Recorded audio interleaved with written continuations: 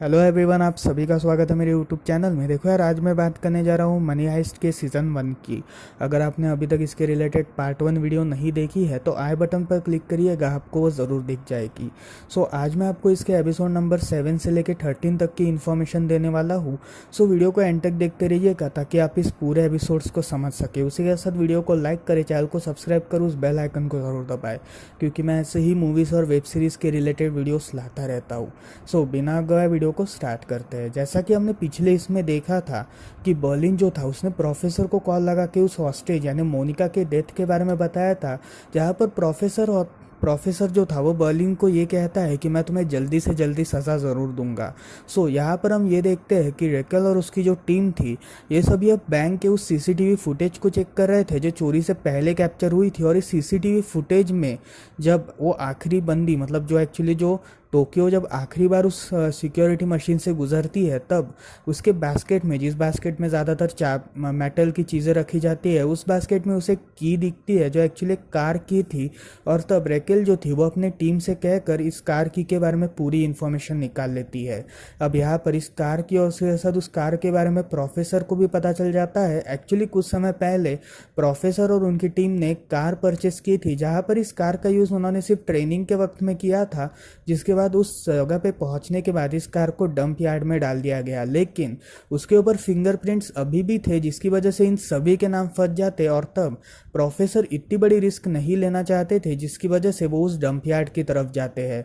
अब यहाँ पर हम ये देखते हैं कि उस डंप यार्ड में जाने से पहले रेकेल जो थी वो प्रोफेसर को कॉल करती है, जहाँ पर प्रोफेसर जब फ़ोन पिकअप करते हैं तब रेकेल उन्हें ये कहती है कि अगर तुम कम से कम 8 टीनेजर्स को, मतलब जो 8 टीनेज हॉस्टेजेस हैं, उन्हें अगर छोड़ दोगे तो तुम्हारे लिए काफ़ी अच्छा होगा, क्योंकि अगर तुमने ऐसा नहीं किया तो हम पुलिस वालों को ज़बरदस्ती अंदर आना पड़ेगा, और अगर हमें ज़बरदस्ती अंदर आना पड़ा तो हम बहुत बड़ी गड़बड़ी मचा देंगे, जिसकी वजह से अगर तुम 8 हॉस्टेजेस को छोड़ दो जो टीनेजर्स है तो तुम्हारे लिए काफ़ी अच्छा होगा। और तब प्रोफेसर जो था वो ये कहता है कि मैं उन्हें ज़रूर छोड़ूंगा, लेकिन मुझे कम से कम इसके बारे में सोचने के लिए 1 घंटा तो चाहिए, और तब तक वो फ़ोन काट देता है। अब यहाँ पर हम ये देखते हैं कि पुलिस और रेकल की जो टीम थी ये सभी उस डंप यार्ड की तरफ जाने के लिए निकले थे, और तो प्रोफेसर इनसे पहले पहुंच जाता है। जहां पर प्रोफेसर जो था वो जब डंप यार्ड की तरफ पहुंचता है तब उस डंप यार्ड के सिक्योरिटी गार्ड को प्रोफेसर दिख जाते हैं, जहां पर वो प्रोफेसर को मारने की फिराक में था। लेकिन तब प्रोफेसर उसे पैसों का लालच देते हैं, लेकिन वो सिक्योरिटी गार्ड इस बात को एक्सेप्ट नहीं करता, जिसकी वजह से प्रोफेसर को वहां से भागना पड़ता है। लेकिन फिर भी प्रोफेसर हार नहीं मानते, और तब वो वापस अपने बेस में जाते हैं जहां पर उनका 1 घंटा खत्म होने वाला था। और तब वो रेकल को कॉल करते हैं, जहां पर रेकल जो थी वो उनके फ़ोन का इंतज़ार कर रही थी। अब यहाँ पर हम ये देखते हैं कि प्रोफेसर जो थे वो रेकल से ये कहते हैं कि मैं उन 8 हॉस्टेजेस को छोड़ने को रेडी हूँ, तो तुम अपने पेन और पेपर ले लो ताकि मैं तुम्हें उनके नाम बता सकूँ। अब यहाँ पर रेकल के जो पुलिस हेड थे उनका ये कहना था कि उस अटर्नी जनरल की भी बेटी को छोड़ दिया जाए, बिकॉज अटर्नी जनरल की बेटी को अगर छोड़ दिया गया तो ये उनके लिए एक पहला प्रेफरेंस होगा, और अगर वो छूट गई तो काफ़ी ज़्यादा आसानी होगी। लेकिन प्रोफेसर ने जो नाम बताए थे उसमें अटर्नी जनरल की बेटी नहीं थी, जिसकी वजह से रेकल जो थी वो अपने बॉस से बात करती है, जहाँ पर वो बॉस से ये कहती है कि क्या 8 जनों को छोड़ने के हिसाब से अगर हम 8 जनों को छोड़ने दें तो काफ़ी ज़्यादा अच्छा होगा, ना कि सिर्फ एक ही लड़की को छोड़ा जाए। लेकिन उनके जो हेड थे उनका ये कहना था कि तुम्हें एक ही लड़की को छोड़ना पड़ेगा, और वो थे अटर्नी जनरल की बेटी। जहां पर रेकल इस बारे में प्रोफेसर से बात करती है, और तब प्रोफेसर उसे ये कहते हैं कि क्या तुम सही में ये रिस्क लेना चाहती हो क्या, और अगर तुम लेना चाहती हो तो मैं उसे ज़रूर छोड़ दूंगा। और इतना ही कहते वो फ़ोन काट देते हैं। अब यहाँ पर प्रोफेसर एक बहुत बुरी चीज़ करते हैं। एक्चुअली वो इनकी जो कन्वर्सेशन थी, वो अटर्नी जनरल की बेटी वाली जो कन्वर्सेशन थी वो पूरे न्यूज़ मीडिया में रिकॉर्ड करवा देते हैं, मतलब लीक करवा देते हैं। जहाँ पर इस कन्वर्सेशन के लीक होने की वजह से जो मीडिया हाउसेस थे और उससे ऐसा जो आम लोग थे वो सब नाराज़ हो जाते हैं और कहते हैं कि रेकल कैसी ऑफिसर है जो 8 लोगों के बदले सिर्फ एक ही लड़की को बाहर निकालने की फिराक में है। अब यहाँ पर उसके बारे में उसकी बेटी और उसकी माँ भी सुन लेती है, जहाँ पर रेकल जो थी जब अपने घर की तरफ जाती है तब वो अपनी बेटी को समझा बुझा कर वहाँ से निकाल देती है, और तब वो उसे अपने दूसरे घर में शिफ्ट कर देती है। अब यहाँ पर हम ये देखते हैं कि प्रोफेसर जो थे वो वापस उस डंप यार्ड की तरफ जाते हैं, जहाँ पर उस डंप यार्ड की तरफ जाते वक्त वो पूरी सतर्कता और होशियारी का सामना करते हैं, और इस सतर्कता और होशियारी के मतलब सतर्कता और होशियारी अपनाते हुए वो उस डंप यार्ड के अंदर जाते हैं, जहाँ पर उस गाड़ी को वो खोज निकालते हैं। और उस गाड़ी के खोज निकालने के बाद वो वहाँ से पूरे के पूरे फिंगरप्रिंट्स और उसके साथ जो भी स्कैनिंग्स थे उन सभी को लिक्विड्स से मिटा देते हैं। अब यहाँ पर उस लिक्विड्स से फिंगरप्रिंट्स को मिटाने के बाद वो एक बटन भी गाड़ी के पास ही छोड़ते हैं, मतलब गाड़ी के सीट के ऊपर एक बटन को भी छोड़ते हैं जो एक्चुअली बर्लिन के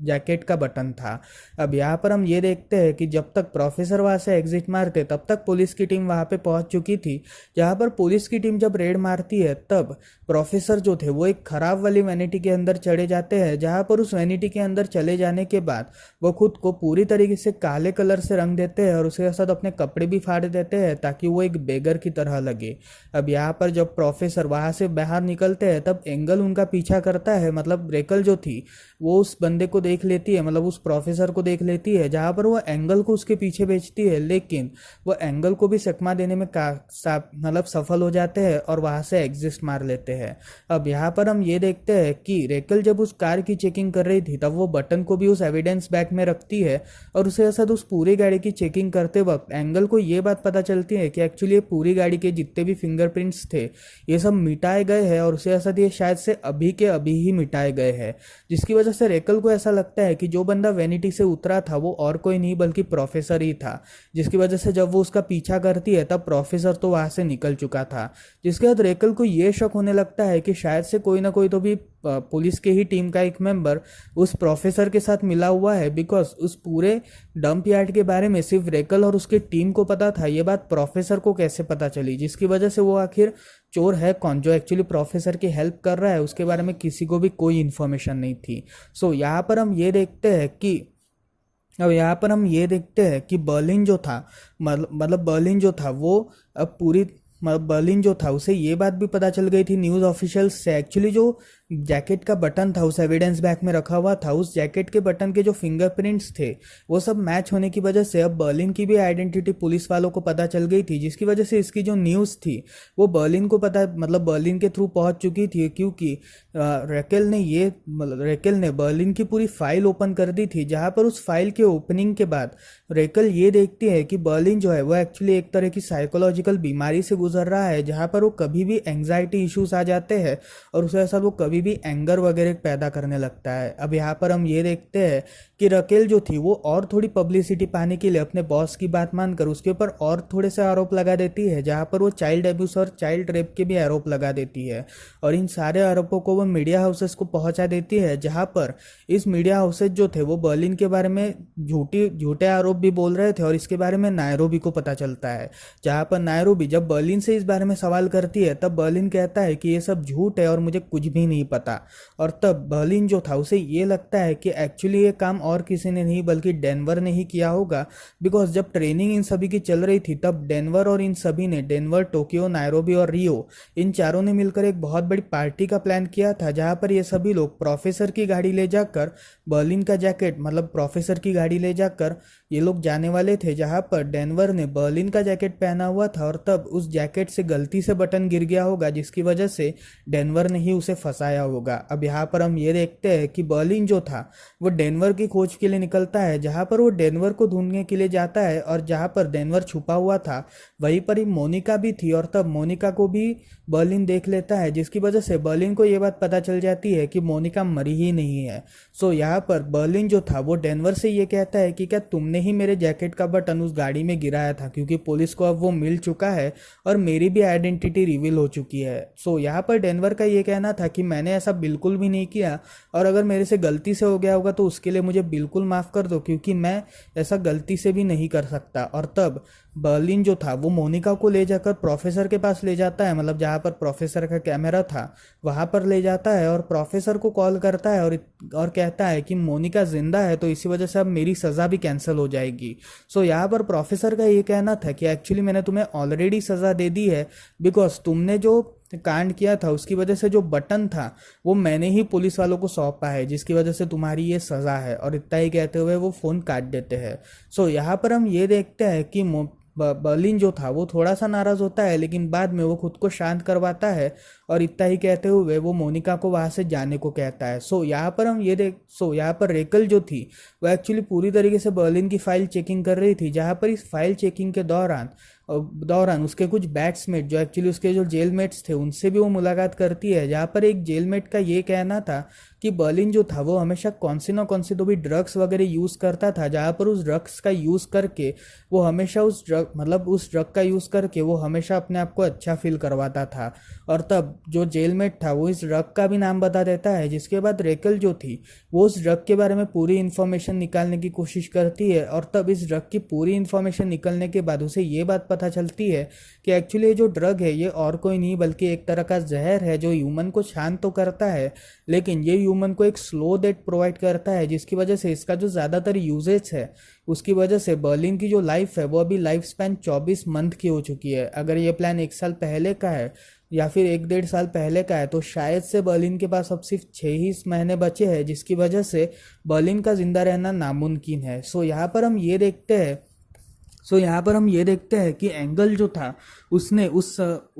सिक्योरिटी गार्ड की भी पूरी स्टेटमेंट ले ली थी, जहाँ पर उस सिक्योरिटी गार्ड ने ये कहा था कि पुलिस के आने से पहले यहाँ पर एक आदमी फिरा था जिसका नाम तो मैं जानता नहीं, पर वो मेरे से कुछ तो भी घूस वगैरह दे रहा था, मतलब ब्राइब वगैरह कर रहा था, लेकिन मैंने उसे रोका था और उसके बाद वो वहाँ से भाग निकला। सो यहाँ पर एंगल उससे ये पूछता है कि क्या तुम उसकी शक्ल का स्केच बना सकते हो क्या, जिसपे वो सिक्योरिटी गार्ड हामी भरता है। सो यहाँ पर सिक्योरिटी गार्ड जो था वो उसके एक स्केच बनाने को तैयार था, जहाँ पर पुलिस ऑफिसर्स जो थे वो सारे स्केच आर्टिस्ट को बुलाते हैं और तब उस सिक्योरिटी गार्ड के कहने पर इस स्केच को बनाया गया था। सो यहाँ पर हम ये देखते हैं कि प्रोफेसर को इस बारे में पता चल जाता है, जिसकी वजह से प्रोफेसर जो था वो पास के ही एक लोकल पुलिस व्हीकल को पकड़ने की फिराक में था। और तब उस लोकल पुलिस व्हीकल के जो 2 ऑफिसर्स थे जब वो लंच करने गए थे तब वो उनकी व्हीकल का लॉक तोड़ देता है, और उनके व्हीकल के लॉक को तोड़ने के बाद वो उनको एक फेक चोरी का अपडेट देता है, जहाँ पर वो 2 पुलिस वाले उस फेक चोरी वाले लोकेशन पे चले जाते हैं।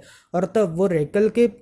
के वॉकी टॉकी में अपना वॉकी टॉकी कनेक्ट करता है, जहाँ पर वो ये कहता है कि अगर तुमने ऐसा कुछ भी किया तो मैं उस सिक्योरिटी गार्ड के फैमिली को ख़त्म कर दूंगा, जिसकी वजह से जो सिक्योरिटी गार्ड था वो उस पेंटिंग को पूरी तरीके से मिटा देता है और वहाँ से भाग निकलता है, जिसकी वजह से रेकल को ये बात पता ही नहीं कि आखिर वो शख्स था कौन। और तब वो अपने और भी ज़्यादा आदमियों को लगा देती है और ये कहती है कि एक्चुअली 40-50 के अराउंड वाला आदमी है जिसकी दाढ़ी वगैरह है, और उसी के साथ साथ मतलब जिसकी दाढ़ी वगैरह है, तो जल्दी से इसे ढूंढ निकालो क्योंकि मुझे उसकी सख्त ज़रूरत है। और तभी वो प्रोफेसर को कॉल लगाती है, एक्चुअली जो नाम चेंज करके प्रोफेसर रेकल से मिले थे। तब धीरे धीरे प्रोफेसर जो थे वो रेकल से दोस्ती कर लेते हैं, और तब रेकल जो थी उन्हें प्रोफेसर पे काफ़ी ज़्यादा बिलीव हो चुका था, जिसकी वजह से वो प्रोफेसर को कॉल कर एक डिनर डेट पे बुलाती है, और तब प्रोफेसर इस चीज़ को एक्सेप्ट करते हैं। सो यहाँ पर हम ये देखते हैं कि एंगल जो था जब अपनी पेट्रोलिंग करने के लिए मतलब पेट्रोलिंग वगैरह ख़त्म करके एक बार में खड़ा था, मतलब एक बार में जाता है जिस बार में हमेशा प्रोफेसर का आना जाना था, उसी बार में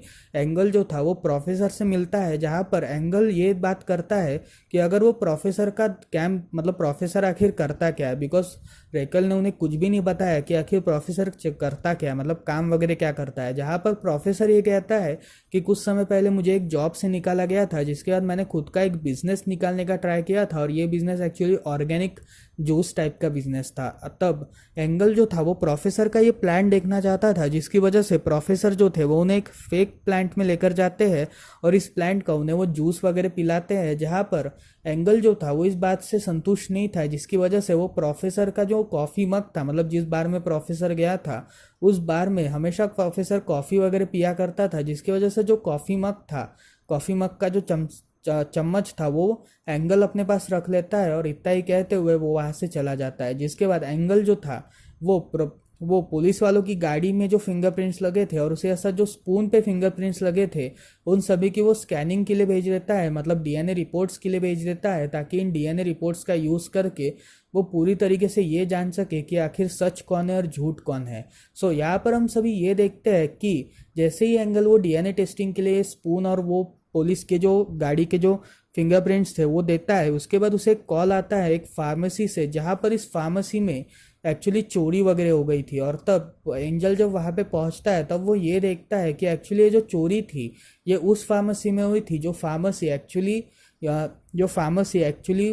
बर्लिन के दवाइयों के लिए बनी थी। एक्चुअली बर्लिन की जो दवाइयाँ थी वो सारी उसी फार्मेसी से आया करती थी, और उस फार्मेसी से जितने भी रिकॉर्ड्स थे और जितने भी सारे सेल्स के बुक्स थे उन सभी को चुरा लिया गया था। और वो जो चोर था वो और कोई नहीं बल्कि प्रोफेसर ही था, जिसकी वजह से एंगल जो था वो जब प्रोफेसर का पीछा करता है तब वो प्रोफेसर को पकड़ नहीं पाता, बिकॉज प्रोफेसर काफ़ी ज़्यादा तेज थे और वो वहाँ से भाग जाते हैं। अब यहाँ पर इस बात की खबर रेकल को भी पता चलती है, जहाँ पर रेकल को इस बात में शक होता है कि शायद से एंगल ने ही ये सब कुछ करवाया होगा, बिकॉज इस फार्मेसी की जो बात थी वो उसने पुलिस टीम में से किसी को भी नहीं बताई थी सिवाय एंगल के, जिसकी वजह से वो एंगल पे शक करना स्टार्ट करती है। और तब वो एंगल से इस बारे में जब कन्फर्ट करती है तब एंगल का ये कहना था कि मैंने ये सब बिल्कुल भी नहीं किया और इन सब में मैं बिल्कुल भी शामिल नहीं हूँ। सो यहाँ पर वो इतना ही कहते हुए वो थोड़ा सा उसको चिल्ला देता है, जिसकी वजह से रेकल जो थी वो उसे सस्पेंड कर देती है और उसे वहाँ से जाने को कहती है। जिसके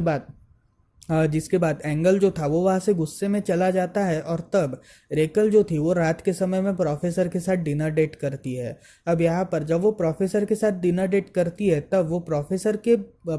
के ऊपर गन पॉइंट करती है, जहाँ पर वो गन पॉइंट करते हुए ये कहती है कि शायद से मेरे दोस्त एंगल को तुम्हारे ऊपर शक है, क्योंकि उसे ऐसा लगता है कि तुम ही इन सारी चोरियों में इन्वॉल्व हो, जिसकी वजह से मैं तुम्हारे कैंप को देखना पसंद करूंगी, और अगर तुमने ऐसा नहीं किया तो मुझे सर्च वारंट लाना पड़ेगा, जिसकी वजह से तुम मुझे रोक भी नहीं सकोगे। और इतना ही कहते हुए वो प्रोफेसर को अपने कैंप मतलब प्रोफेसर के कैंप में वो ले जाती है, जहाँ पर रेकल जब प्रोफेसर के कैंप को पूरी तरीके से चेक करती है तब प्रोफेसर उन्हें ये कहते हैं कि एक्चुअली उनके पास कोई अच्छी जॉब नहीं थी, जिसकी वजह से उन्होंने इस प्रोजेक्ट की शुरुआत की, पर ये जो प्रोजेक्ट था ये उनका कोई परमानेंट प्रोजेक्ट नहीं था, बल्कि एक टेम्पररी प्रोजेक्ट था जो वो आराम से करना चाहते थे। बस वो उसमें थोड़ा सा पैसा कमाना चाहते थे, जिसकी वजह से उन्होंने ये सब किया। एक्चुअली प्रोफेसर ने ये जो प्लांट खरीदा था ये एक्चुअली एक नकली प्लांट था, और ये प्लांट एक्चुअली उन्होंने इसी सेफ्टी पर्पसेस के लिए खरीदा था, बिकॉज उन्हें इस बात की जानकारी थी कि पुलिस उनके बारे में भी पता लगाएगी, जिसकी वजह से उन्होंने इस पूरे प्लांट को फेक बनवाया था और इस पूरे फेक प्लांट को अपना करवाया था। सो यहाँ पर हम ये देखते हैं कि रेकल को इस बात की तसल्ली हो चुकी थी, जिसके बाद वो प्रोफेसर को सॉरी बोलती है, और इतने में ही प्रोफेसर भी उन्हें माफ़ कर देते हैं, जहाँ पर प्रोफेसर जो था वो उन्हें थोड़ा सा इमोशनल वगैरह सपोर्ट प्रोवाइड करते हैं, और तब रेकल उनसे इम्प्रेस्ड हो जाती है, जिसके बाद ये दोनों रोमांस करते हैं। अब यहाँ पर हम ये देखते हैं कि उस डीएनए की जो रिपोर्ट थी वो पता चल चुकी थी, और तब जो डीएनए एक्सपर्ट थी उसने एंगल को भी इस बारे में बताया था कि जो स्पून में और उसे असद जो उस गाड़ी की जो फिंगरप्रिंट्स थी ये दोनों फिंगरप्रिंट्स एक दूसरे से मैच करती है, जिसकी वजह से ये दोनों के कातिल एक ही है। और तब एंगल को ये बात पता चल जाती है कि एक्चुअली ये सब जो भी है ये एक्चुअली प्रोफेसर ही करवा रहा है, जो एक्चुअली रेचल से जानबूझ के मिला था, ताकि वो रेकल का यूज़ करके पुलिस के सारे प्लान्स को समझ सके, जिसकी वजह से वो रेकल को काफ़ी सारे वॉइस मैसेजेस भेजते हैं, पर वो वॉइस मैसेजेस फुल होने की वजह से ये सारे वॉइस मैसेजेस पूरी तरीके से पहुंचते नहीं है, जिसकी वजह से वो उनके लैंडलाइन पे, जो एक्चुअली उनके माँ के घर का जो लैंडलाइन था वहाँ पर कुछ ऑनलाइन मैसेजेस भेजता है, मतलब वॉइस मैसेजेस भेजता है। और तब उन वॉइस मैसेजेस को भेजते वक्त वो इतनी ज़्यादा शराब पीता है कि उस शराब के पीने की वजह से उसके कार का एक्सीडेंट हो जाता है, और इसी कार के एक्सीडेंट में उसकी डेथ हो जाती है। सो यहाँ पर हम ये देखते हैं कि रेकल को जब एंगल के एक्सीडेंट के बारे में पता चलता है तब रेकल काफ़ी ज़्यादा परेशान होती है और अपने कैंप में वापस लौट जाती है, जहाँ पर कैंप में एक अलग ही तरह का माहौल चल रहा था। एक्चुअली पुलिस वालों के कैंप में, मतलब एक्चुअली उस बैंक के अंदर जो हॉस्टेजेस थे उनमें से एक हॉस्टेज जो था आर्टिरो नाम का, उसने एक स्टील का पाइप पकड़ लिया था, जिसकी वजह से उस स्टील के पाइप के सहारे उसने हेलेंस्की को मारा था। और तब हेलेंस्की को मारने के बाद उसने कुछ हॉस्टेजेस को छुड़वाया था जो एक्चुअली पुलिस ऑफिसर्स थे, और उनमें से एक स्टूडेंट भी था, जहाँ पर ये सारे पुलिस ऑफिसर्स और स्टूडेंट्स एक साथ उस बैंक के एक बैक साइड में वो एक बॉम्ब ब्लास्ट करते हैं, और तब इस बॉम्ब ब्लास्ट के सहारे ये सभी हॉस्टेजेस जो थे, मतलब कुछ हॉस्टेजेस वहाँ से बाहर निकल जाते हैं। अब यहाँ पर हम ये देखते हैं कि उन हॉस्टेजेस के बाहर निकलने की खबर बर्लिन और उसकी टीम को पता चल चुकी थी, जिसकी वजह से बर्लिन और उसकी टीम जो थी वो बैक साइड की तरफ कवर डालने जाती है, बिकॉज बैक साइड की तरफ पुलिस वाले अटैक करने वाले होंगे, जिसकी वजह से वो वहाँ पे कवर डालने जाते हैं। और इसी कवर डालते वक्त जब हॉस्टेजेस वहाँ से पूरी तरीके से निकल जाते हैं, तब इसी कवर डालते वक्त पुलिस की जो गन्स थी, मतलब पुलिस जो थे, उन्होंने हेलेंस्की को शूट किया था, जिसकी वजह से हेलेंस्की के कंधे पे लगा हुआ था, और तब हेलेंस्की बेहोश हो जाता है। और तब टोक्यो को इस बात से इतनी ज़्यादा नाराज़गी होती है कि टोक्यो जो थी वो अपनी मशीन गन लेकर आती है और मशीन गन से ही उनके ऊपर शूट करना स्टार्ट कर देती है, जिसके बाद इस मशीन गन से शूट करते वक्त कुछ पुलिस ऑफिसर्स की मौत हो जाती है और तब सारे पुलिस ऑफिसर्स वहाँ से भाग जाते हैं। जिसके बाद टोक्यो और उसकी जो टीम थी ये सब उस बैक साइड को भी ब्लॉक कर देती है। और तब इस ब्लैक साइड को ब्लॉक करने के बाद मतलब इस बैक साइड के ब्लॉक करने के बाद ये सभी लोग रिलीफ की सांस लेते हैं, जहाँ पर हेलेंस्की का जो भाई था वो उसे ठीक करने की फिराक में था और तब वो उसे ठीक करवाता है और तब वो उसे मतलब गोलियां वगैरह निकलवाता है और तब वो उसे थोड़ा सा रेस्ट करने को कहता है। सो यहाँ पर हम ये देखते हैं कि जो हॉस्टेजेस बाहर निकले थे उन सभी हॉस्टेजेस ने पुलिस की हेल्प करना स्टार्ट कर दिया था, जहाँ पर उन्होंने पुलिस की हेल्प करते वक्त उन सभी को ये इन्फॉर्मेशन प्रोवाइड की थी कि एक्चुअली वहाँ पे कितने लोग हैं और वहाँ की सिचुएशन कैसी है। और इन सारी सिचुएशंस का अंदाज़ा लगाते हुए वहाँ पे कम से कम छः हॉस्टेजेस थे और इन सारे छः क्रिमिनल्स थे और उसके साथ काफ़ी सारे हॉस्टेजेस भी थे जिनमें से कुछ प्रेग्नेंट औरतें भी थी। और तब इन सारे हॉस्टेजेस के बारे में पता करने के बाद वो कुछ लोगों के स्केचेस भी बनवाते हैं, जहाँ पर उनके स्केचेस बनवाने के बाद जब पुलिस ऑफिसर्स प्रोफेसर के बारे में पूछते हैं तब उन हॉस्टेजेस को इसके बारे में कोई भी इन्फॉर्मेशन नहीं थी। अब यहाँ पर हम ये देखते हैं कि रेकल जब वहाँ पे पहुँचती है तब उसे ये सारी इन्फॉर्मेशन मिल जाती है और उसके साथ उसे एंगल के भी बारे में पता चल जाता है, जिसकी वजह से अब उसके अंदर और भी ज़्यादा बदले का भाव था। और तब वो बैंक के सामने आके खड़े हो जाती है, जहाँ पर जो हेलेंस्की का भाई था वो उसे शूट करने की फिराक में था, लेकिन तब तक पुलिस की टीम उसे रोक लेती है। एक्चुअली एंगल की मौत का गुस्सा उसके ऊपर इतना ज़्यादा चढ़ चुका था कि अब वो काफ़ी ज़्यादा गुस्से में थी और वो कैसे तो भी कर प्रोफेसर को ख़त्म करना चाहती थी, ताकि वो प्रोफेसर को ख़त्म करने के बाद वो एंगल का रिवेंज ले सके, जिसकी वजह से वो बैंक के सामने आती है, लेकिन पुलिस की टीम उसे रोक लेती है। सो यहाँ पर हम ये देखते हैं कि प्रोफेसर को ये बात भी पता चल चुकी थी कि एक्चुअली एंगल जो था उसने उसकी माँ के यानी रेकल के माँ के भी फ़ोन्स पर काफ़ी सारे वॉइस मैसेजेस भेजे थे। मतलब एक ही वॉइस मैसेज भेजा था जहाँ पर उसकी असली पहचान रिवील होने वाली थी, और उस वॉइस मैसेजेस का जो पूरी चिट्ठी थी वो उसकी माँ ने अपने एक चिट्ठी पे लिखी थी, बिकॉज उसकी जो माँ थी, रेकल की जो माँ थी, उसे एल्जाइमर्स के अटैक आया करते थे, जिसकी वजह से उन्होंने उसे एक चिट्ठी पे लिखा था और उस चिट्ठी के बारे में उन्होंने प्रोफेसर को कॉल किया। एक्चुअली कुछ समय पहले जब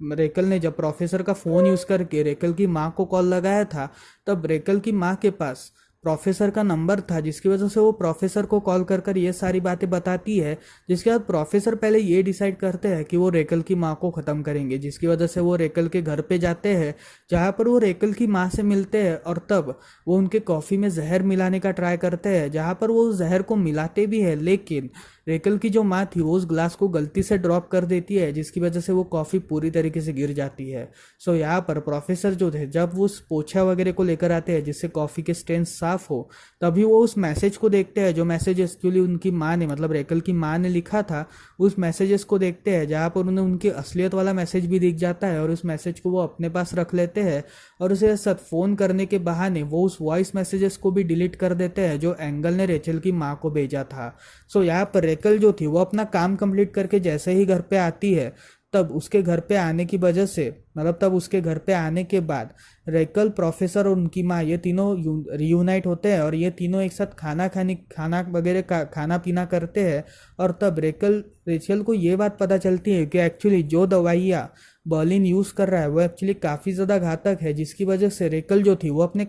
टीम मेंबर्स को कॉल करती है और तब वो ये कहती है कि उस फार्मेसी के पास जितने भी सारे अपार्टमेंट्स हैं, मतलब जितनी भी सारी बिल्डिंग्स हैं, उन सभी की छानबीन करो, क्योंकि इन सारी बिल्डिंग्स का यूज़ करके ही हम असली चोरों तक पहुंच सकेंगे। सो यहाँ पर हम ये देखते हैं कि बैंक के अंदर सिचुएशन और भी ज़्यादा खराब हो चुकी थी, बिकॉज बैंक के अंदर सिचुएशन ये चल रही थी कि उन हॉस्टेजेस के बाहर निकलने की वजह से काफ़ी सारे हॉस्टेजेस अब विरोध करना स्टार्ट कर दिए थे, जिसकी वजह से जो चोर थे उन्हें अपने ट्रेनिंग के दिन याद आते हैं, जहाँ पर प्रोफेसर ने उन्हें ये कहा था कि अगर कुछ हॉस्टेज छूट भी जाए तो काफ़ी सारे जो हॉस्टेज है वह विरोध करना स्टार्ट करेंगे, जिसकी वजह से तुम उन्हें एक एक करके ऑफ़र देना स्टार्ट करो, जहाँ पर तुम उन्हें ये ऑफ़र दो कि अगर तुम चाहो तो पैसा भी रख सकते हो और उसे ऐसा तुम चाहो तो फ्रीडम रख सकते हो, लेकिन तुम्हें पैसा नहीं मिलेगा। और उसी के साथ साथ वो हर एक को इस बारे में ऑफ़र देते हैं, जहाँ पर कुछ लोग इस ऑफ़र को एक्सेप्ट करते हैं और कुछ लोग इस बात को रिजेक्ट करते हैं। जहाँ पर जिन जिन लोगों ने इस बात को रिजेक्ट किया था उन सभी को उस बैंक से बाहर भेजा गया था, लेकिन अटॉर्नी जनरल की बेटी को छोड़ के। एक्चुअली अटॉर्नी जनरल की बेटी इनके लिए एक बहुत बड़ा रीज़न था, क्योंकि अगर अटॉर्नी जनरल की बेटी को पकड़ लिया तो काफ़ी ज़्यादा आसानी होगी और इनके लिए कोई भी मुश्किल नहीं होगी, बिकॉज पुलिस वाले भी इस बात को रुक जाएंगे और उसके साथ वो अपने एनकाउंटर्स को भी रोक देंगे। सो यहाँ पर हम ये देखते हैं कि रेकल की ये जो इन्वेस्टिगेशन थी ये सक्सेसफुल होती है, और तब इन्हें जो था वो प्रोफेसर का वो वाला मकान दिखता है जहाँ पर उन्होंने ट्रेनिंग पूरी प्लेस डाउन की थी, और इस पूरी ट्रेनिंग का जो टाइम था वो उन्होंने इसी घर में बिताया था। जिसके बाद रेकल अपनी टीम के साथ उस घर की छापेमारी करती है, जिसके बाद उस छापेमारी में उसे प्रोफेसर के हर एक प्लानिंग वाला बोर्ड दिखता है, जहाँ पर इस प्लानिंग के बारे में जब रेकल को पता चलता है तब वो ये कहती है कि अब हम चोरों के काफ़ी ज़्यादा करीब पहुंच चुके हैं। एक्चुअली प्रोफेसर जो थे वो वहीं पर ही थे जहाँ पर ये सारी सर्चिंग चल रही थी, बिकॉज प्रोफेसर की गाड़ी में रेकल बैठती है और रेकल मतलब प्रोफेसर जो थे वो रेकल को उसी जगह पे लेकर जाते हैं जो जगह एक्चुअली पुलिस ऑफिशियल्स को मिली हुई थी, जिसकी वजह से अब प्रोफेसर का पूरी तरीके से भांडा फूटने वाला था। लेकिन फिर भी प्रोफेसर के पास काफ़ी सारे प्लान्स मौजूद थे और वो इन प्लान्स को काफ़ी आसानी से यूज़ करने वाला था, और यहीं पर ही इसका पहला सीज़न ख़त्म हो जाता है। तो फिर ये थी इसकी पूरी स्टोरी फर्स्ट सीज़न की। आपको कैसी लगी मुझे कमेंट सेक्शन में ज़रूर बताएं। इसके सेकंड सीज़न के भी बारे में मैं वीडियो जल्द ही अपलोड करूँगा, तो आपको क्या करना है, आपको उस वीडियो का इंतज़ार करने के लिए मेरे चैनल को सब्सक्राइब करके उस बेल आइकन को दबाना है, क्योंकि मैं ऐसे ही वीडियोस आपके सामने लाता रहता हूँ। सो मिलते हैं अगली वीडियो में, तब तक के लिए बाय बाय।